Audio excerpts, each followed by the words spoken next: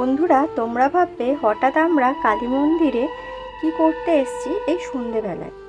আসলে 25শে সেপ্টেম্বর আমার আরাধ্যার 1 বছর পূর্ণ হচ্ছে, আর আজকে হচ্ছে 24শে সেপ্টেম্বর। তো সকালবেলা যেহেতু মেয়ের এখন ছোট, ওর খাওয়া দাওয়া আনুষঙ্গিক আরও অনেক রকম কাজ থাকবে বলে আমি সকালে এসে পুজোটা দিতে পারবো না। তাই 24 তারিখ সন্ধেবেলা আরাধ্যাকে নিয়ে ওর বাবার সাথে চলে এসেছিলাম ডাকাতে মায়ের মন্দিরে পুজো দিতে। তো খুব সুন্দরভাবে আরাধ্যাকে নিয়ে পুজো দিলাম। ও খুব মন দিয়ে মা কালীকে দেখছিল। আর ওখানে বাবা মানে শিব ঠাকুরেরও মূর্তি আছে, ওখানেও আমরা নমস্কার করলাম, ধূপ দিলাম, মা আমার মেয়ের নামে মোমবাতি জ্বালালাম। তো খুব সুন্দরভাবে সন্ধ্যাটা মানে 24 তারিখ আমরা কাটিয়েছিলাম মায়ের মন্দিরে পুজো দিয়ে।